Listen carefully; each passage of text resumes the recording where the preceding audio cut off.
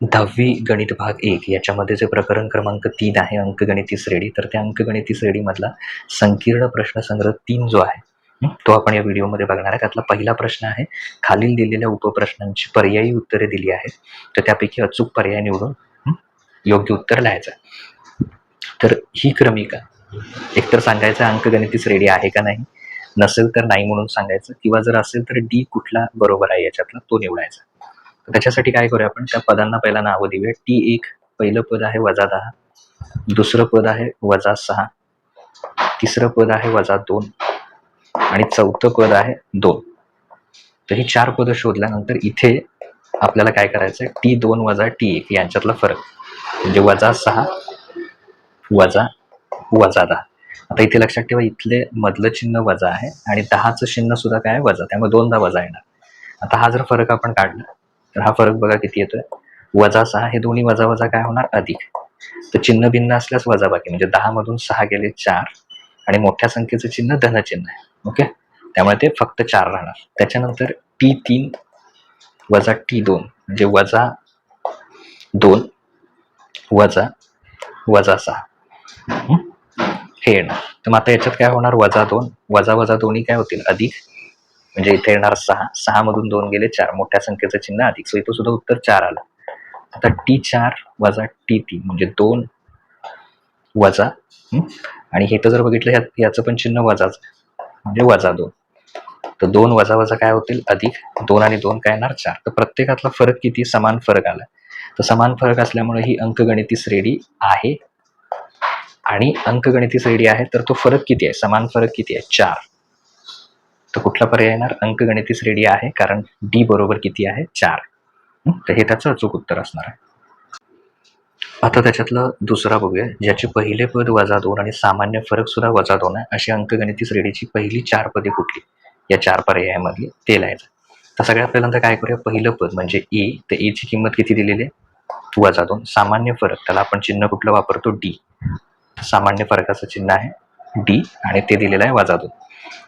आता एक एक पद शोधूया. पहिलं पद म्हणजेच काय, ए ची किंमत किती आहे, -2. दुसरं पद म्हणजे काय, तर ए मध्ये डी मिळवायचं, ए मध्ये सामान्य फरक डी मिळवायचा, म्हणजे -2 मध्ये किती मिळवायचे, -2. तर दोघांची पण चिन्ह ऋणच आहेत, चिन्ह समान म्हणजे बेरीज. तर 2 आणि 2 किती येणार, 4 आणि दोघांचं समान चिन्ह वजा, त्यामुळे -4 आले. आता T3 बरोबर आधीच्या T2 मध्ये डी मिळवायचा, तर T2 किती आला, -4. त्याच्यामध्ये किती मिळवायचे, -2. चिन्ह समान म्हणजे बेरीज, म्हणजे हे येणार -6. परत T4 आधीच्या T3 मध्ये म्हणजे याच्यामध्ये किती मिळवायचं, डी, म्हणजे -6 मध्ये किती मिळवायचे, -2. चिन्ह समान असल्यास बेरीज, 6 आणि 2 येणार 8 आणि दोघांचं चिन्ह वजा म्हणजे -8. तर हे असं येणार -2, -4, -6 आणि -8. तर पर्याय सी हा त्याच्यामध्ये अगदी योग्य पर्याय आहे. तर आता उदाहरण क्रमांक 3 बघूया. पहिल्या 30 नैसर्गिक संख्यांची बेरीज खालीलपैकी कोणती. तर 30 नैसर्गिक संख्या, तर नैसर्गिक संख्या कुठल्या कुठल्या, तर नैसर्गिक संख्या आहेत 1, 2, 3 अशा पहिल्या 30, म्हणजे शेवटची संख्या किती असणार आहे, 30. आता ह्या सगळ्यांची बेरीज काढायची. ह्या सगळ्यांची बेरीज काढताना सगळ्यात पहिल्यांदा लागणार आहे आपल्याला पहिलं पद T1. T1 बरोबर किती आहे, 1 आहे. आणि शेवटचं पद Tn म्हणजे 30वंच असणार आहे ते, तर शेवटचं पद किती आहे, 30. आता याच्यामध्ये आपल्याला सगळ्यांची बेरीज पाहिजे, म्हणजे आपण SNचं सूत्र वापरूया. SN बरोबर n/2 याच्यामध्ये असं लिहूया, T1 अधिक Tn. तर हे सोपं सूत्र वापरायचं. एकूण 2 सूत्र आहेत, ती दोन्हीपैकी कुठलंही वापरा, काही प्रॉब्लेम नाही. पण ज्यावेळी शेवटचं पद माहिती असेल त्यावेळी हे वापरा, कारण हे लवकर होतं. SN, तर पहिल्या किती पदांची बेरीज म्हटले, पहिल्या 30 नैसर्गिक संख्यांची बेरीज, म्हणजे nच्या ठिकाणी ठेवायचं 30. 30/2 अधिक T1 ची किंमत किती आहे, 1च आहे, अधिक Tn शेवटचं पद किती आहे, 30. मग आता जर का आपण इथे 30ला 2 ने भागलं तर ते किती येणार, 15. आणि परत इकडे 30 आणि 1 31, 30 म्हणजे पहिल्या 30 पदांची बेरीज ही 15 गुणिले 31. मग आता हा गुणाकार करूया, 15 1 15 म्हणजे 5 इथे येणार, हातचेला 1, 15 ते 45 आणि 46 म्हणजे ते येणार 465. तर त्याचा पर्याय बी हा बरोबर असणार आहे, 465 हे त्याचं अचूक उत्तर असणार. ओके. तर आता उदाहरण क्रमांक 4 बघूया. दिलेल्या अंकगणिती श्रेणीची T7 बरोबर 4 असेल, D बरोबर -4 असेल, तर A ची किंमत किती ते शोधून काढायचं. तर याच्यासाठी सुद्धा आपण काय करणार, TN चं सूत्र वापरणार. तर TN बरोबर A अधिक N वजा 1 गुणिले D. तर T इथे बघा किती दिलेली आहे, किंमत 7. त्यामुळे यांच्या ठिकाणी किती ठेवायचं, 7. A, तर A ची किंमत शोधायची आहे, त्यामुळे A आहे तसं लिहायचं, अधिक N वजा 1. आत्ताच N ची किंमत किती ठेवली आपण इथे, 7. त्यामुळे इथली N ची किंमत 7 वजा 1. D ची किंमत किती आहे, -4. D बरोबर -4.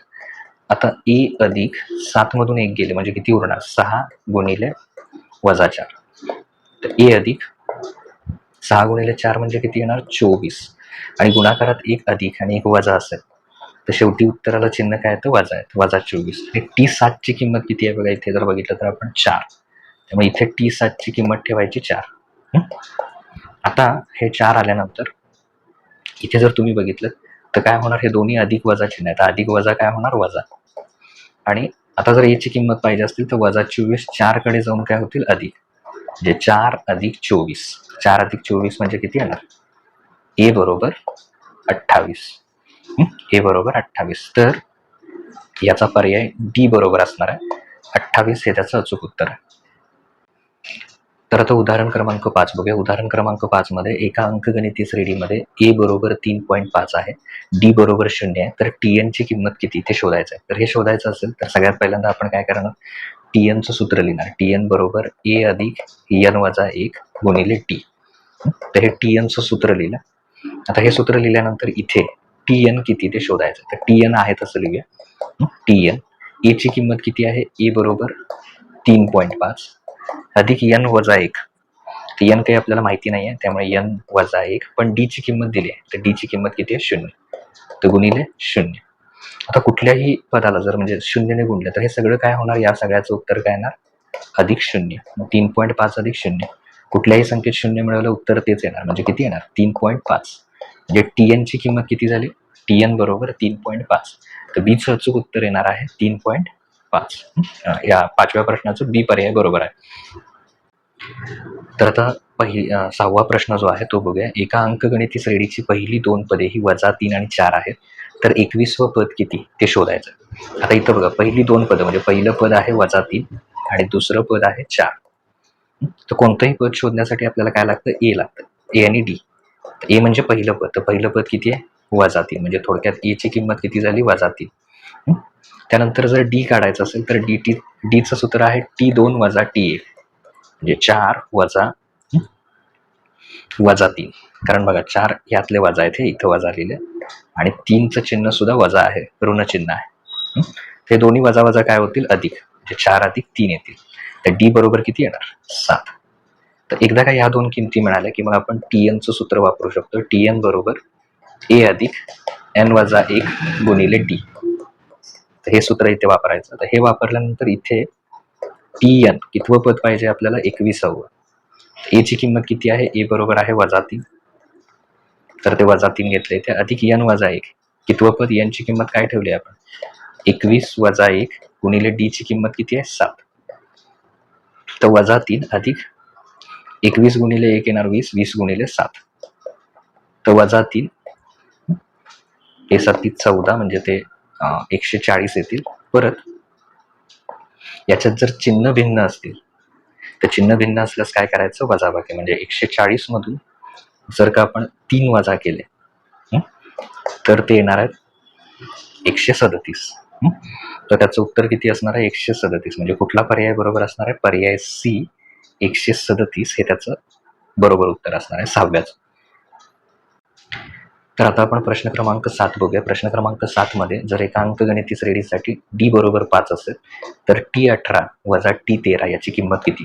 आता हा योग्य पर्याय निवडासाठी 1 गुणांचा प्रश्न आहे. तर याच्यासाठी तुम्ही जर जास्त स्टेप्स करत बसला तर वेळ जाणार. तर त्याच्याऐवजी तुम्हाला एक सूत्र सांगतोय मी, TM वजा TN बरोबर D गुणिले M वजा N. तर हे सूत्र वापरायचं. तर हे सूत्र वापरल्यानंतर इथे TM तर किती शोधायचं, M ची किंमत ठेवायची 18 वजा TN तर इथे ठेवायची 13 बरोबर D. D ची किंमत किती दिली आहे, 5. M वजा N म्हणजे 18 वजा 13. तर याच्यात जर ठेवलं आपण तर 5 गुणिले 18 मधून 13 गेले तरी किती राहणार? 5च राहणार. याचं उत्तर किती येणार आहे? 5. त्यामुळे 5 गुणिले 5 किती येणार? 25. तर त्याचा अचूक पर्याय असणार आहे पर्याय सी 25. हे त्याचं अचूक उत्तर असणार आहे. तर आता आपण प्रश्न क्रमांक 8 बघूया. 3च्या पहिल्या 5 पटींची बेरीज किती आहे? इथे काय करणार आहे आपण? तर 3च्या पहिला, इथे तुम्ही अंकगणिती श्रेणी पण वापरू शकता, पण या संख्या काही जास्त नाही आहेत.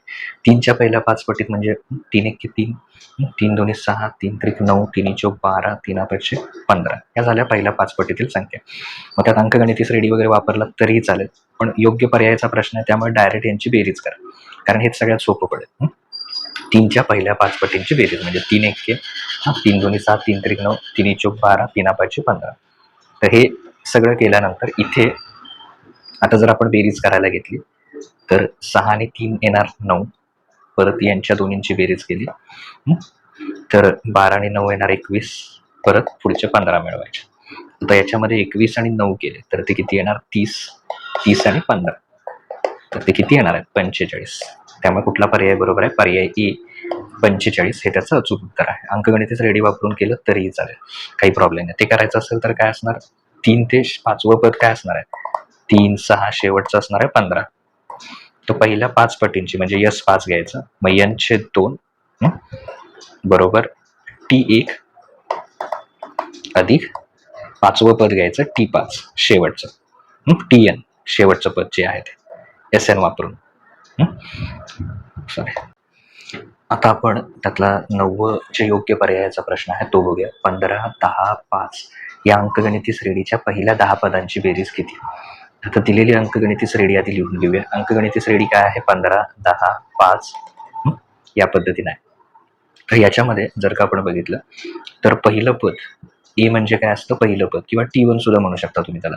तर पहिलं पद किती आहे? 15. आणि टी म्हणजे सामायिक फरक. तर सामायिक फरक कसा काढायचा? तर समजा हे T1 आहे आणि हे T2 आहे, तर T2 मधून T1 वजा करायचे. T2 वजा T1 तर 10 वजा 15. 15 वजा 10 नाही येते, 10 वजा 15 आहे. तर 15तून 10 गेले 5 आणि मोठ्या संख्येचं चिन्ह द्यायचं. सॉरी जस्ट मिनिट, वजा. हे वजा चिन्ह आहे, त्यामुळे डी ची किंमत येणार -5. -5 येते हे कसं ओळखायचं? संख्या कमी होत जात आहेत. कमी होत जात आहेत म्हणजे वजा. वाढत असतील तर डी नेहमी धन येतो. आता हे केल्यानंतर पहिल्या 10 पदांची बेरीज म्हणजे यांची किंमत किती आहे? एकूण पदं किती घ्यायची आहेत? 10. आणि पहिल्या 10 पदांची बेरीज म्हणजे यस 10 वापरायची. ओके. तर इथं काय करूया आपण? SN बरोबर हे सूत्र वापरूया. n/2 2 गुणिले ए अधिक n-1 गुणिले डी. तर हे सूत्र वापरूया.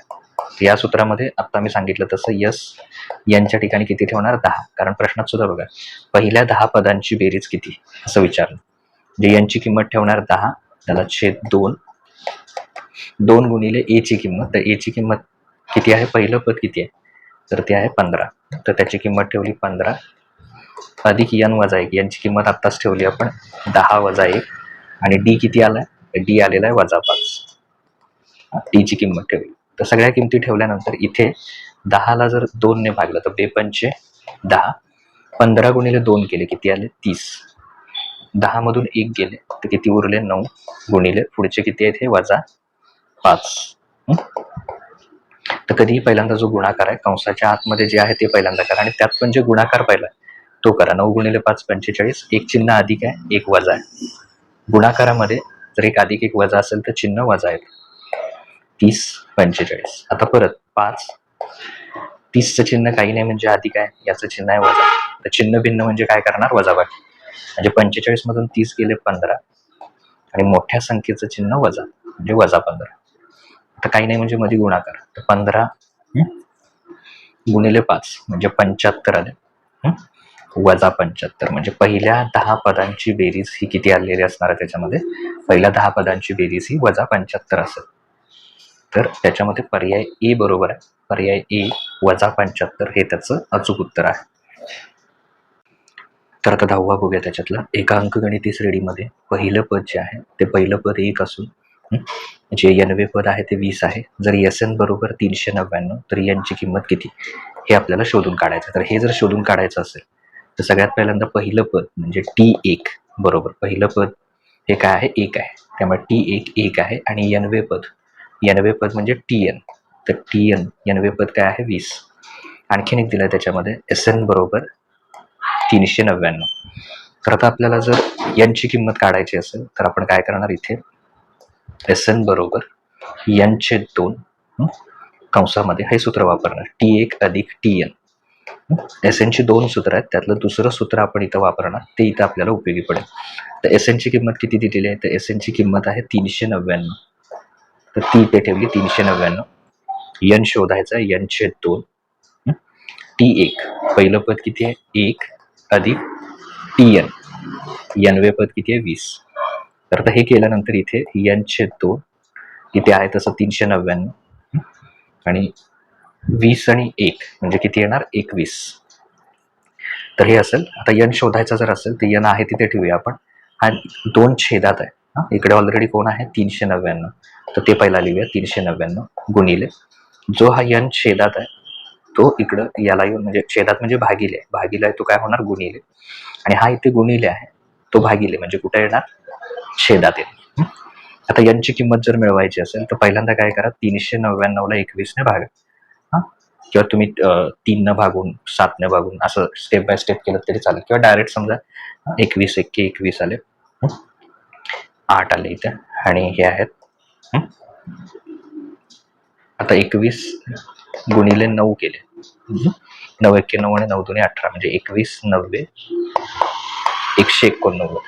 म्हणजे थोडक्यात जर का आपण 399 ला 21 न भागलं तर त्याचं उत्तर येणार आहे 19 आणि अजून पुढचे किती आहेत? गुणिले 2. 19 गुणिले 2 म्हणजे किती येणार? 19 दुणे 38. तर या 4 पर्यायामध्ये जर तुम्ही बघितलं तर पर्याय बी 38 हे त्याचं योग्य उत्तर आहे.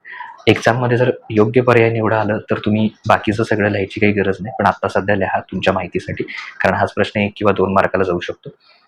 नाहीतर योग्य पर्याय फक्त आला तर फक्त उत्तर बी 38 हे त्याचं अचूक उत्तर असणार आहे. तर इथं पहिला प्रश्न आपण बघितला. पुढच्या व्हिडिओमध्ये आपण पुढचे जे प्रश्न आहेत ते बघूया.